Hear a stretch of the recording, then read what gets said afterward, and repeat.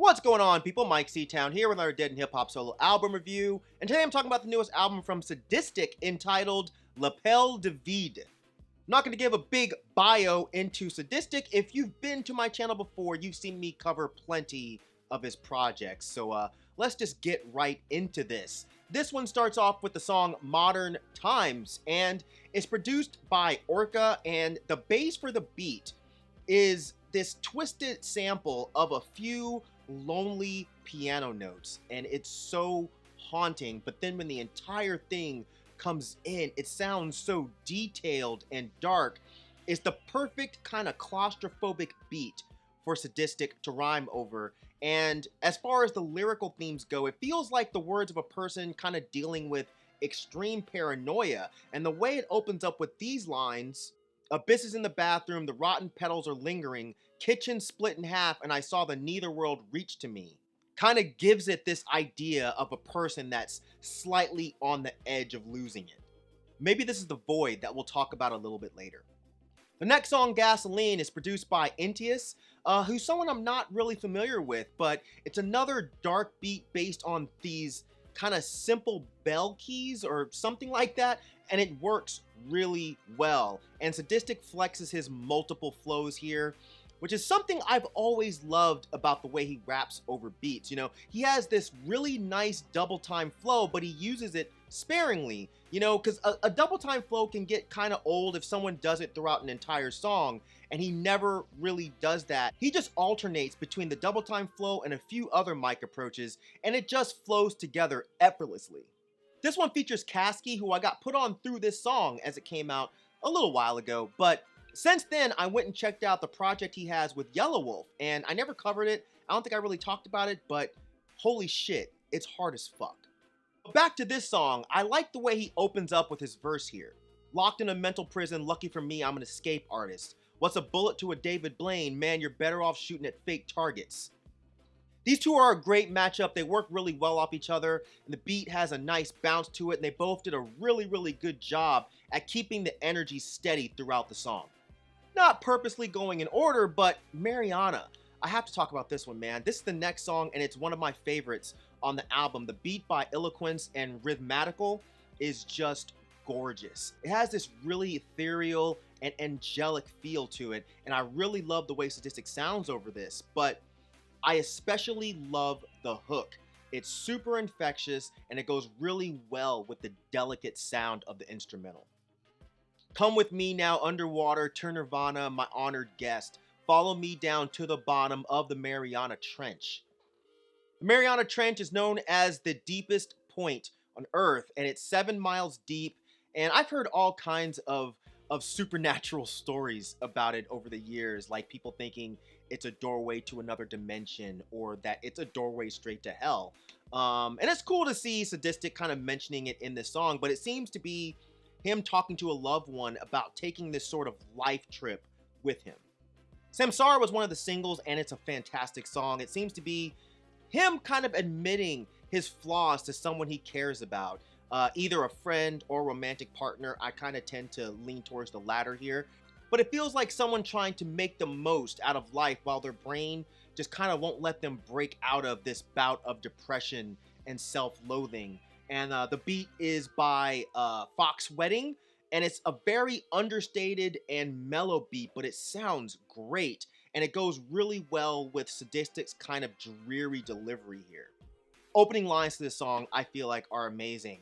I try to stay positive, I'm in a negative place. I try to apply all my paints in this negative space.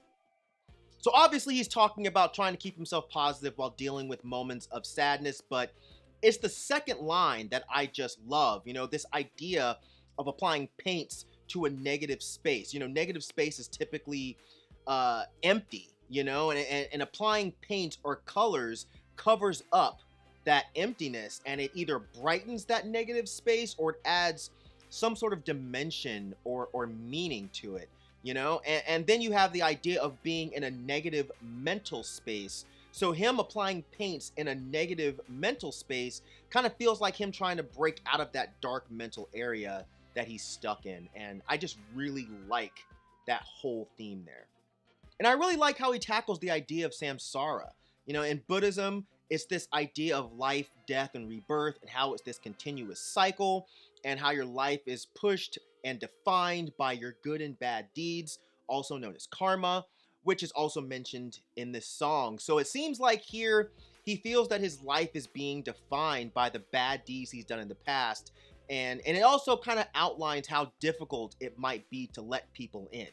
Samsara, now I know I'm getting my karma, keeping my head above water. When I say I'm sorry, I'm shedding my armor. When I wake up, then you better be gone. Thematically, in a way, this song feels like Hell Is Where the Heart Is off the Delirium EP. I got the same feeling there of him expressing and explaining to a loved one how he feels about being stuck in this dark place. That song has this line: I don't love the way I feel some days, but I feel the way I love. Forgive me, I'm not what I seem. Kiss me, I'm falling to pieces. Which has just always felt like him relying on a lover to kind of help him through the pain of depression and sadness. And this song kind of feels like a continuation of that. This is something that's always drawn me to Sadistik's music. You know, the honesty in his words and the sincerity in approach. You know, whether this is him kind of writing from the perspective of someone else, or it's him giving us a glimpse into his mind, I've just always felt like it was brilliantly done. The album closes with The Moon Smiled Back at Me, which is produced by, I assume this is Hard Killer, and Mayton, two producers I'm also not familiar with, but this beat is fantastic. It's got this dark and heavy bass line, these really clean drums, the voices in the background that are kind of haunting. It's really, really, really dope. And of course, Sadistik sounds super good here. This is the longest song of the EP, and when you listen to it, it totally makes sense why. You know, Sadistik seemed to have a lot to say here.